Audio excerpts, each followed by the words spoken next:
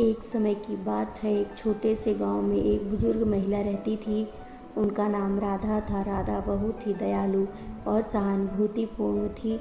वह बहुत गरीब थी, लेकिन उनकी गरीबी उनके स्नेह और दया को कभी कम नहीं कर सकी।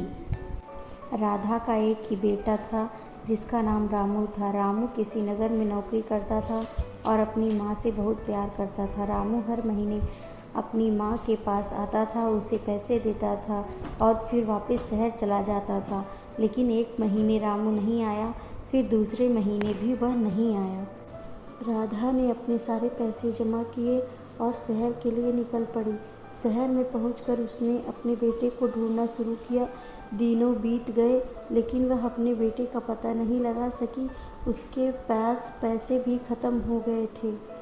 राधा की चिंता बढ़ गई, लेकिन उसने हार नहीं मानी। एक दिन वह एक दुकान के सामने बैठी थी और रो रही थी। दुकानदार ने उसे देखा और उसके दुख का कारण पूछा। राधा ने अपनी कहानी सुनाई। दुकानदार ने उसे अपने बेटे के बारे में बताया। रामू ने एक हादसे में अपनी जान गंवाई थी। राधा यह सुनकर दौड़ गई। उसने अपने बेटे के नाम की मिट्टी अपने हाथों से चूमी।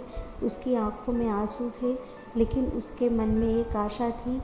उसने अपने बेटे को खोने के दुख को स्वीकार किया और अपने गांव लौटने का फैसला किया।